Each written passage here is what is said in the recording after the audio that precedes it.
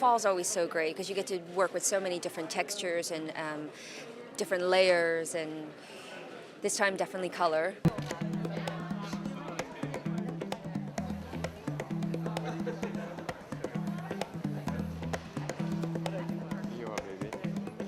We are Doori. We are doing lips.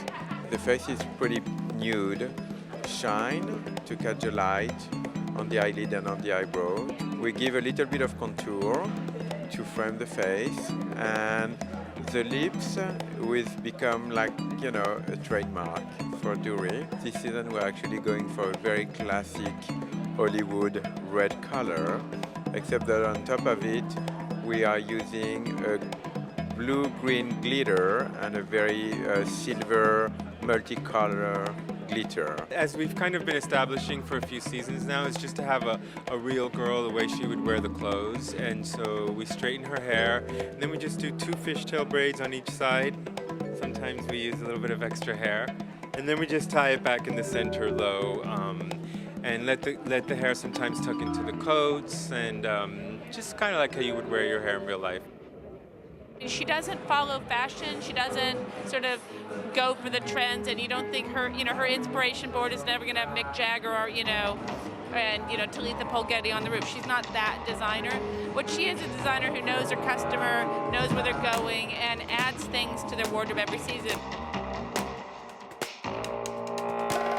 When I began the collection, I really wanted to mix the idea of something very tailored with something very soft. You'll see when we start the show, it's with a very, very pared down suit, except you've got this really great soft jersey that comes out of it, and it's kind of unexpected to pair the two together.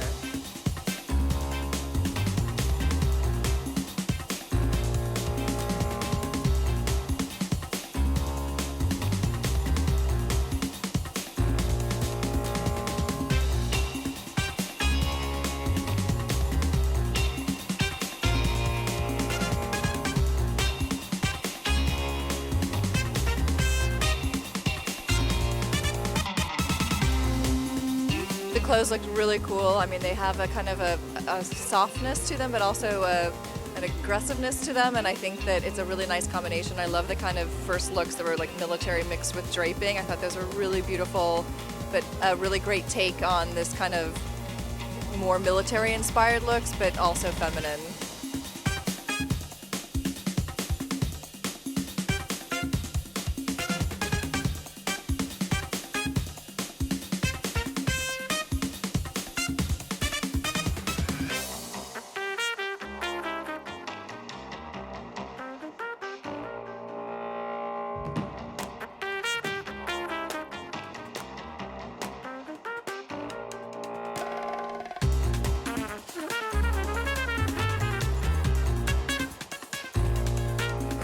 A lot of accessories this season. I really wanted to sort of embellish the clothes themselves, and they in turn become the accessory as well.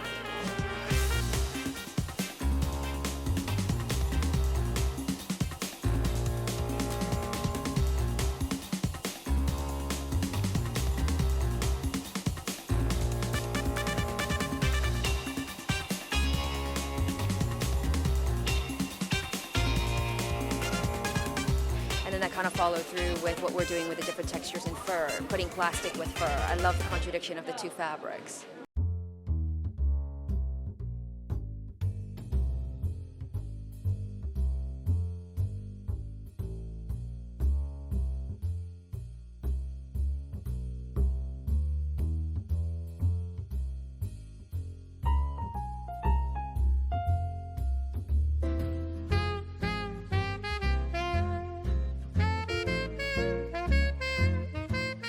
I think she's followed me through my phase of only jerseys to kind of see how I am using different textures and different materials, and also in what we're doing with the with our secondary line, the underline, where I think our audience is kind of growing, the woman is kind of expanding, which is wonderful.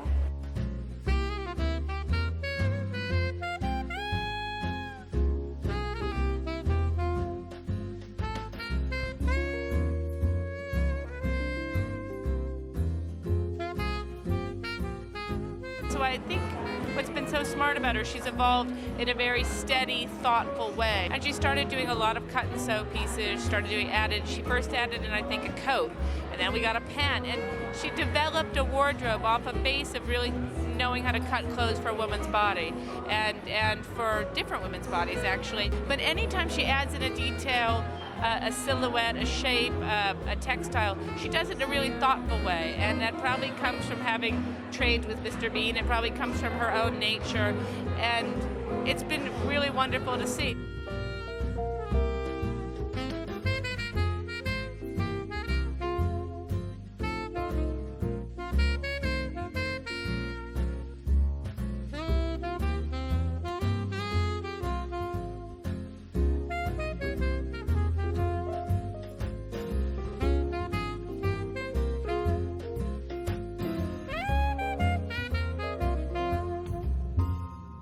I thought it was beautiful. I thought she really married her signature draping very well with a new direction, which was her tailoring.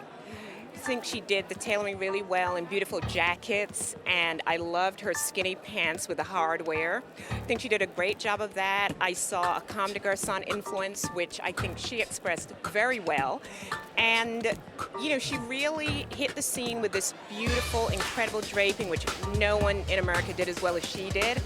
And of course she has to move on, and I'm happy to see how she's taken that draping and married it with the tailoring to just take Doo.Ri, her label, and Doo.Ri, the designer, in a whole new direction for her.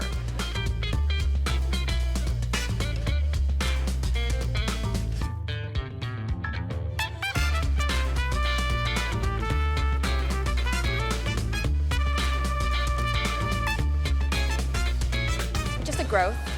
Just an expansion of our vocabulary, of going beyond what just jersey, I guess.